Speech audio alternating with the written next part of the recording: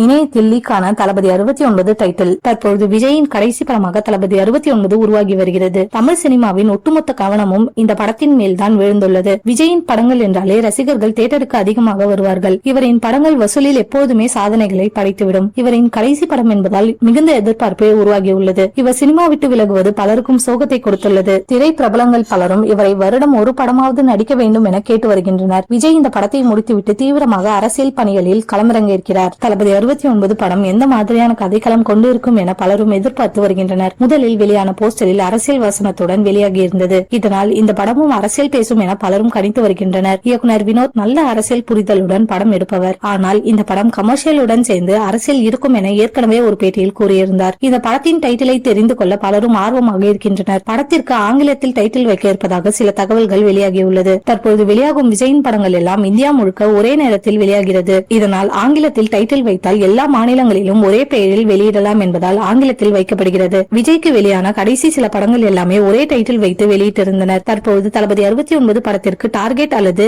Leader என title வைக்க வாய்ப்பிருக்கிறதாம். இதனை படக்குழு அதிகாரப்பூர்வமாக அறிவிப்பார்கள் என எதிர்பார்க்கலாம்.